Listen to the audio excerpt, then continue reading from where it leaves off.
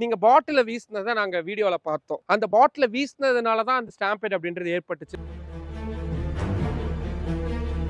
Questionnaire paper அப்படின்னு சொல்லப்படக்கூடிய வினாத்தாள் அப்படின்றது விஜய் அவர்கள்ட்ட கொடுக்கப்பட்டு அதுல டிக் செய்யணும் அப்படின்ற விசாரணை கொடுக்கப்பட்டிருந்தது. அந்த கேள்வியில இருக்கக்கூடிய விஷயங்கள் ஒருவேளை விஜய்க்கு புரியல அப்படின்னா அதுக்கு அவர் புரிஞ்சுக்கிறதுக்காக ஒரு ஸ்டெனோகிராஃபர் அவங்களையும் சிபிஐ அதிகாரிகள் தயார் செஞ்சிருந்தாங்க. இப்போ ஃபர்ஸ்ட் டேல அவர் நிறைய சொல்லியிருப்பார்ல, கிட்டத்தட்ட நூற்றுக்கணக்கான கேள்விகளுக்கு அவர் டிக் போட்டிருப்பார்ல, அந்த கேள்விகளை அடிப்படையாக வச்சு குறுக்கு விசாரணை அப்படின்றது தான் 2வது நாள் விசாரணையின் போது விஜய் அவர்கள்ட்ட நீண்ட விசாரணையா நடத்தப்பட்டிருக்கு.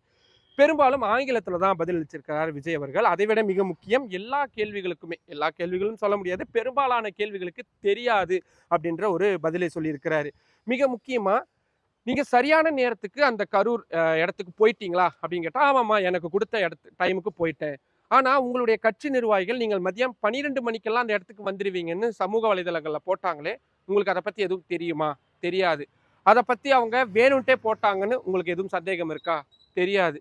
சரி, நீங்க அது போட்டதுக்கு அப்புறமா நீங்க அவங்க கிட்ட எதுவும் கேட்டுக்கிட்டீங்களா அப்படின்னா, எனக்கு அந்த விஷயமே தெரியாது, அதனால நான் அவங்க கிட்ட கேட்டுக்கல.